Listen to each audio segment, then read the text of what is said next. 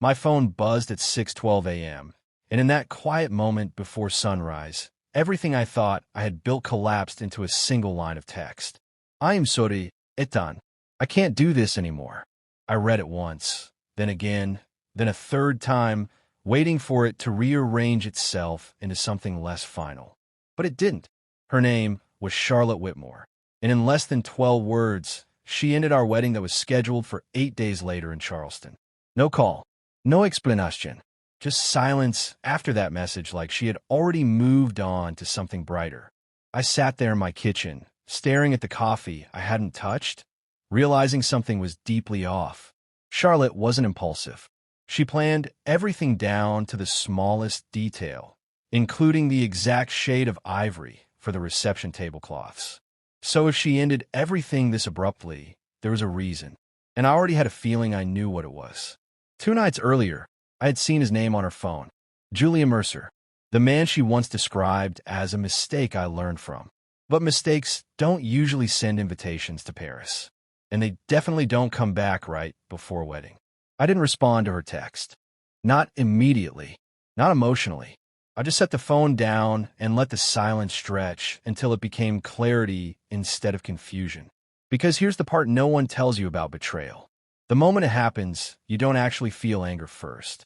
You feel disorientation, like reality itself has shifted a few inches to the left and nothing quite aligns anymore. By 7 a.m., I already knew what I wasn't going to do. I wasn't going to beg. I wasn't going to ask her to reconsider. And I definitely wasn't going to compete with another man for someone who had already made her choice. But I also wasn't going to let the story end on her terms.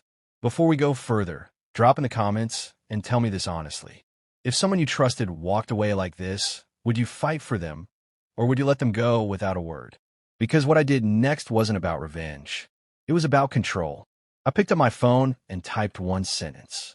Understood. That was it. No emotion. No questions.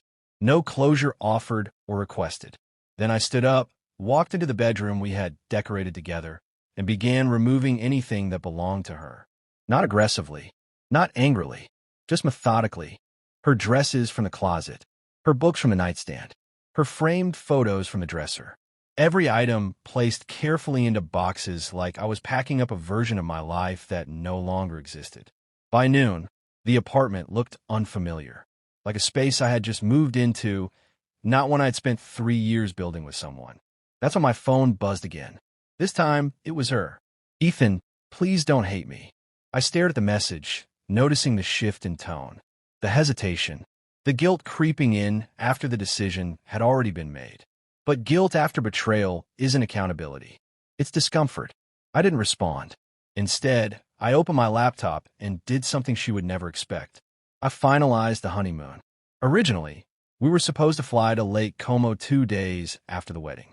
Private villa, lakefront view, everything prepaid, non-refundable. She had insisted on that detail.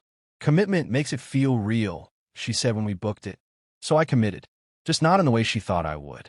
I changed the passenger name, not to another woman, not to a friend, to myself. One ticket, one traveler, one man who no longer had anything tying him to the life he thought he wanted. And then I did one more thing. I sent Charlotte a confirmation email. No message attached, just the updated itinerary. Departure date unchanged. Destination unchanged. But her name gone. Hours passed before she replied. Ethan, what is this?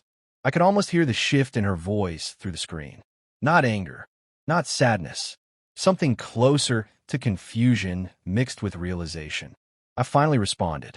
It's the trip you wanted, just not the life that came with it. She didn't reply immediately this time. And for the first time since that morning, I felt something settle inside me.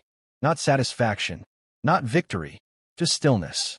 That night, I found out through mutual friends that she had already accepted Julian's invitation. She was leaving for Paris in 2 days. Of course she was, because when people run back to the past, they're not chasing a person. They're chasing a version of themselves they think they lost. But what they forget is that time changes everything, including the people they're running back to. 2 days later, I watched her Instagram story. She was standing in front of the Eiffel Tower, smiling in a way I hadn't seen in months. Champagne in her hand, Julian beside her. It looked perfect. It looked effortless. It looked like a decision she would never regret. And for a brief moment, I wondered if I had made a mistake by letting her go so easily. Then I remembered something important. People don't walk away from certainty. They walk away from doubt. And if she had doubt about me, then holding on to her would have only delayed the inevitable. A week later, I boarded my flight alone. No wedding, no partner, no expectations. Just a carry-on bag and a version of myself I hadn't met yet. Lake Como was quiet in a way that forced you to think. No distractions, no noise, just water, mountains, and time stretching out in front of you. On the second day, I sat by the lake, watching couples pass by, and realized something uncomfortable. I wasn't angry at Charlotte. I was disappointed in myself for ignoring the signs, for choosing comfort over clarity, for believing that time invested equals commitment guaranteed. Because it doesn't. Time only reveals who someone really is when they're given a choice. And she made hers. But so did I. Before we go further, think about this for a second. If someone shows you exactly who they are when it matters most, would you still try to rewrite that moment? Or would you accept it and move forward? Because acceptance is harder than it sounds. It requires you to let go of not just the person, but the version of the future you built around them. On the fourth day of the trip, I received one final message from Charlotte. I don't think this was the right decision. No context, no explanation, just uncertainty, arriving exactly when it was too late to matter. I read it once. Then I locked my phone and placed it face down on the table. Because here's the truth. When someone leaves you for something they believe is better, they're not choosing that thing. They're choosing themselves. And when they come back, it's not because they chose you again. It's because what they chose didn't choose them. I never responded. Not out of pride, not out of revenge, but because the version of me she walked away from no longer existed. And the version of me sitting by that lake didn't need an answer anymore.